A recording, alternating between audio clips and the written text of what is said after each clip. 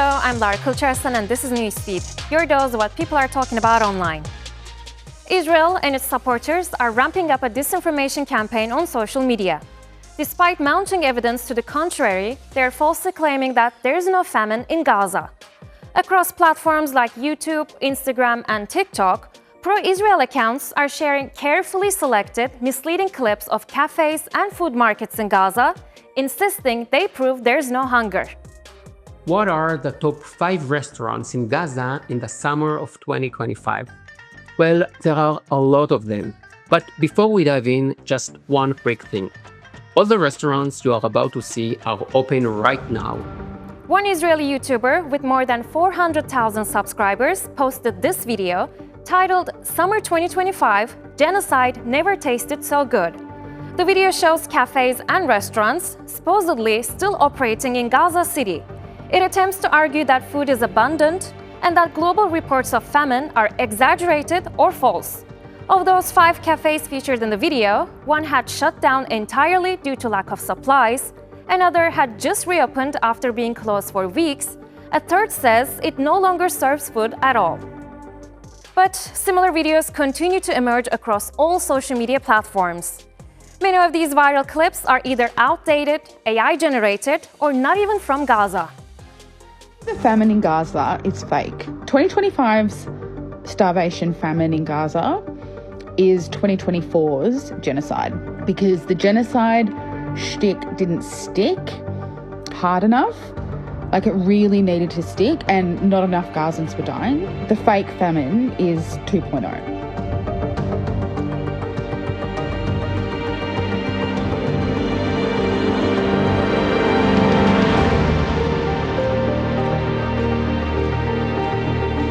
And the people here are facing a severe and unprecedented famine, a humanitarian crisis. The media continues to push a lie, a false narrative of famine and starvation, but as we see here, whether they're embedded amongst civilians or living in the tunnels, Gaza's leaders seem to be doing pretty well with food, eating hearty meals. Now, if there is food insecurity, blame it on the Gazan leaders. The reality on the ground tells a far worse story. While it is true that there are a few places that remain open in Gaza, they operate under extreme conditions, serving little or no food. And they often only stay open to provide electricity and internet connection through solar panels. Food supplies are critically low, and ingredients are often priced out of reach for most. What does a $30 tomato taste like? In Gaza, it tastes like desperation. Sugar is $106 a kilo. A bar of soap is $10. Diapers are to $149. Since May, Israel has restructured the aid system in Gaza, claiming it wants to keep supplies from Hamas. The result is chaos. People are being shot at aid sites. Some are stabbed just trying to get food. Others, like Mohammed Faraz, have lost 50 pounds because going to an aid distribution center is a death sentence. So people turn to the markets, if you can call them that. The shelves are lined with looted aid, smuggled goods, and whatever's left of Gaza-grown food. Flour used to cost $10 for a sack. This month, it reached $891. Prices spike and drop with every airstrike, every blockade, every whisper of a ceasefire. Despite the online spin, even Israeli government data confirms that aid into Gaza has dropped dramatically. UN-backed food security experts warn the territory is facing a worst-case scenario famine. Tel Aviv's closest ally, US President Donald Trump, has also admitted there's real starvation in Gaza. But Israeli officials continue to deny responsibility. Prime Minister Benjamin Netanyahu and his allies blame Hamas or the UN, accusing them of stealing aid or pushing disinformation. Soon after Israel began bombing Gaza, Israeli settlers started talking about how they would reclaim and carve off the enclave. There were initially boat trips of settlers and their families cruising the coastline to scope out flattened neighborhoods where they might like to settle. Now, as the brutal campaign has all but decimated all the infrastructure and lives of the 2.3 million people who call Gaza home, Israelis who have illegally settled in the occupied West Bank are gathering on Gaza's border to claim yet more of what's not theirs. The goal long term is to build settlements there, to return to the situation which we had before the expulsion in 2005. And if we have permanent civilian settlements, not just military, specifically we want civilian settlements in the Gaza Strip to return to the situation we had before 2005. It's important to do it now before Bibi decides to give it back before the end of the war, because I think that is a big possibility of something that could happen. We gave them their land unilaterally without preconditions. They returned to us with death and destruction completely. So, and the only way to prevent that from happening again is to return the entire strip to Jewish sovereignty, to return it to be an integral part of the land which it was always meant to be. And that way, that's the only real way to bring peace.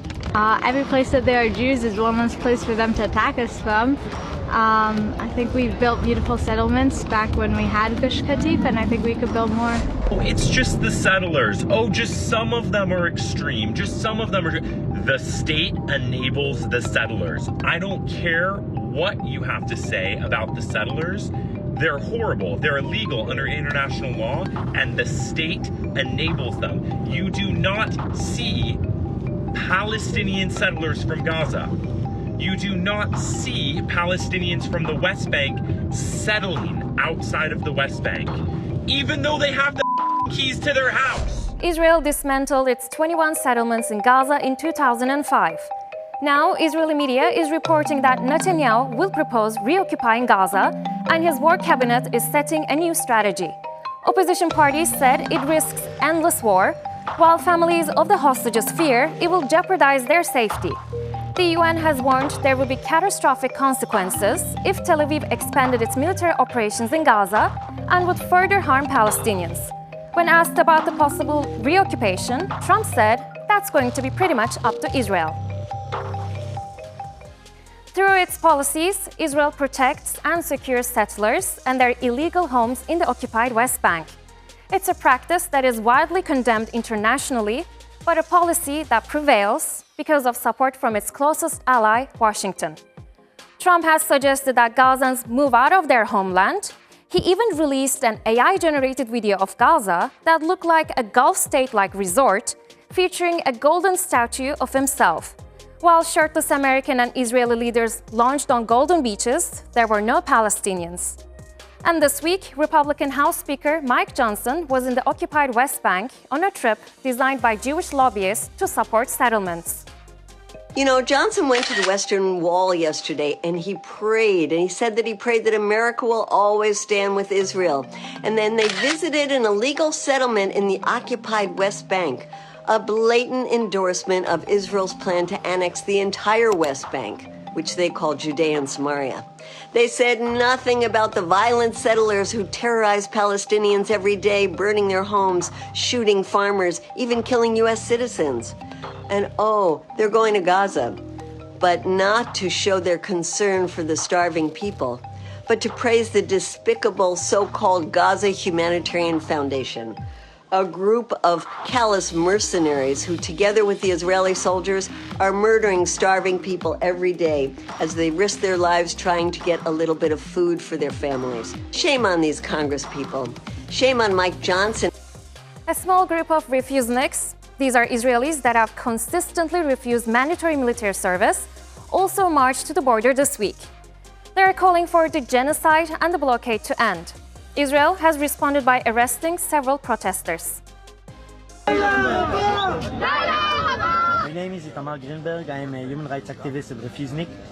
We are here today to march to Gaza to try to break the siege on the Palestinian people of Gaza and stop the genocide. Shalom! Shivyon!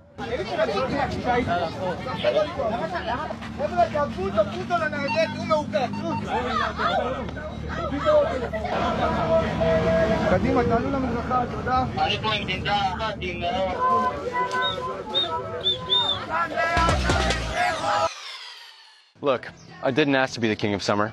It just kind of happened. This tan? Genetics.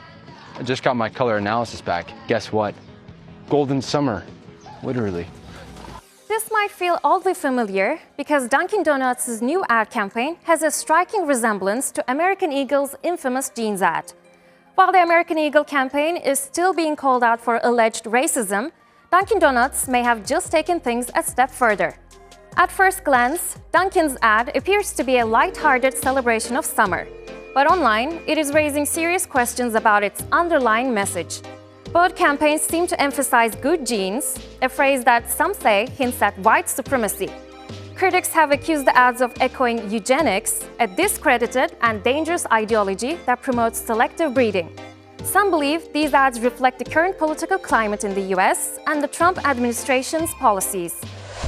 For any doubters out there, if nothing else, the fact that Dunkin Donuts is also just leading with this should tell you that culturally we are in a very specific place as a country right now. Because I'm sorry, but two major brands don't just drop ads within days of one another, both featuring blue-eyed, walking empty toner cartridges, talking about the genetics of said features, both in terms of color, by the way. She mentions blue. He literally refers to his melanin without something important going on. Even if you want to go with the full benefit of the doubt, someone messed up, which I refuse to believe with American Eagle. At the very least, I'm pretty sure they wanted the controversy. But even if one of them is an accident, even if both of them are accidents, we have to acknowledge that for some reason, multiple people at ad agencies walked into work one day and were like, I know, let's make an ad about white people's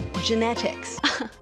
These controversial ads appear to have started a marketing war in the US. Now, Abercrombie & Fitch and Old Navy have jumped in, releasing their own campaigns to emphasize inclusiveness, in direct contrast to the good genes messaging. Well, Old Navy and Abercrombie have jumped in on the Sydney Sweeney controversy because Old Navy just released an ad saying, "These are the jeans your other jeans warned you about."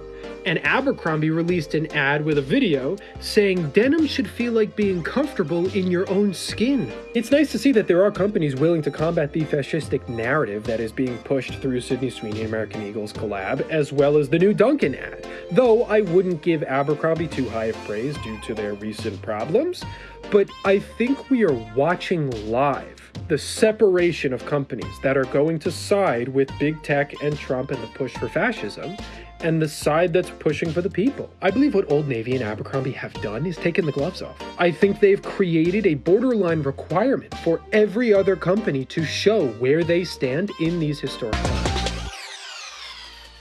Surfing is a favorite summer sport. I admit, people look really cool while cruising the waves. But how about dogs showing off their skills at the World Dog Surfing Championship? Dogs from around the globe showcased their surfing talents at Pacifica State Beach in California. The furry friends were judged in different categories, from their size to the tricks they pulled off on the board.